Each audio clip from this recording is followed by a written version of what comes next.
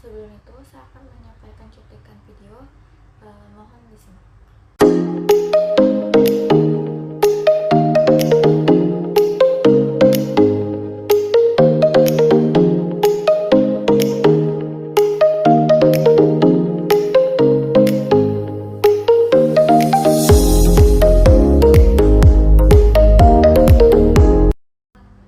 Di sini saya akan mengidentifikasi implementasi dari penerapan core values kompeten dan harmonis dari cuplikan video sebelumnya.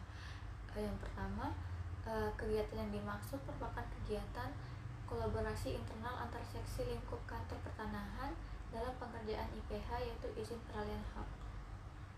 Kemudian pada kegiatan tersebut terdapat tahapannya. Tahapan yang pertama yaitu identifikasi data pertanahan terkait kepemilikan lahan pertanian maupun non pertanian untuk kegiatan IPH.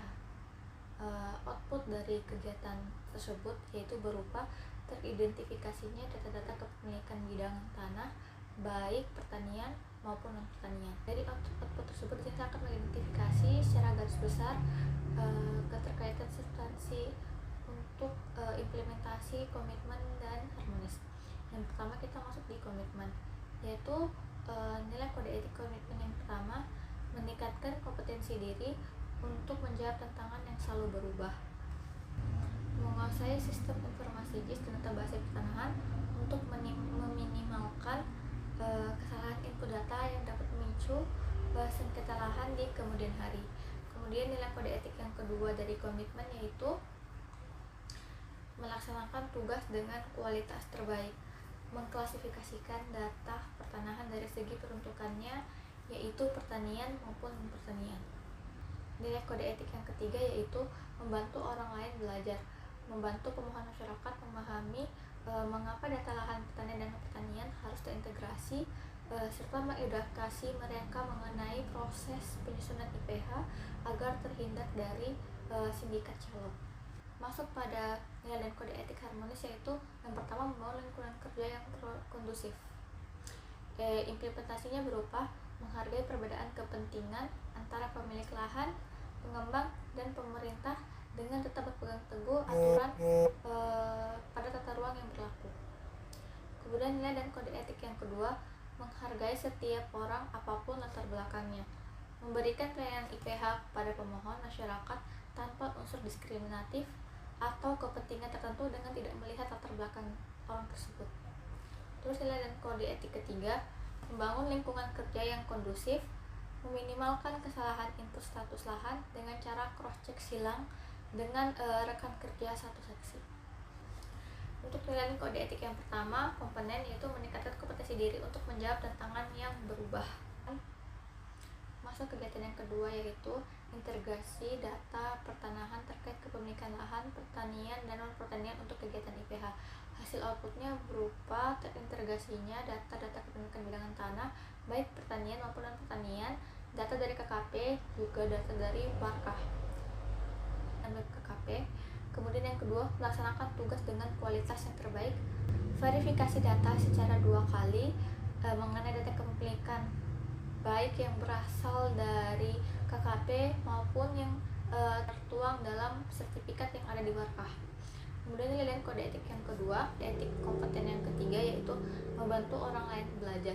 IPH merupakan tupoksi dari seksi 3, namun dalam proses pengerjaannya dibutuhkan kerjasama atau bantuan dari petugas warga yang berasal dari seksi 2. Kemudian harmonis. Pada nilai dan kode etik yang pertama yaitu suka menolong orang lain, saling membantu antar seksi dalam proses kelengkapan muatan data yang termuat dalam IPH yang sedang dikerjakan. Kemudian yang kedua, menghargai setiap orang apapun latar belakangnya. Ini dituangkan dalam kegiatan kolaboratif antar seksi, meningkatkan rasa solidaritas dan persatuan antar sesama ASN kantor pertanahan apapun latar belakang pegawai tersebut. Kemudian yang ketiga, membangun lingkungan kerja yang kondusif. Itu ditujukan dengan memberikan respon permintaan tersebut dengan sopan dan memberikan estimasi waktu yang jelas sehingga tidak terjadi ketegangan antar seksi atau bidang di kantor pertanahan.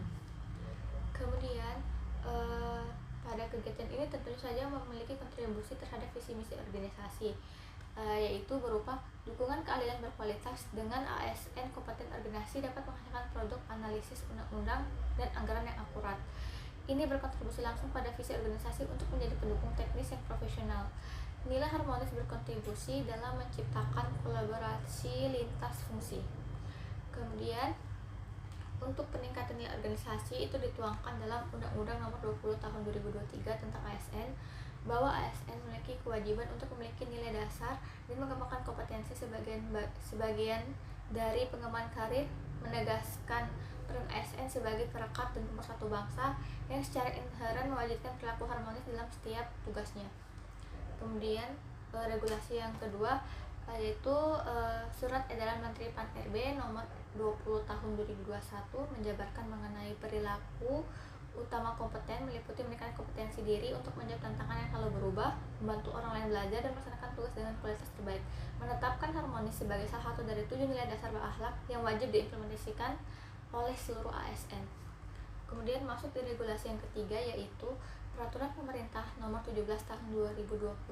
Setiap PNS wajib mengikuti pengembangan kemampuan bukan sekedar pilihan, melainkan hak dan kewajiban bagi setiap PNS. Masuk di regulasi yang keempat yaitu Peraturan Menteri Penyalahgunaan Aparatur Negara dan Reformasi Birokrasi atau Permen Pan-RB Nomor 38 Tahun 2017 tentang standar kompetensi jabatan ASN, menjabarkan mengenai standar kompetensi jabatan ASN.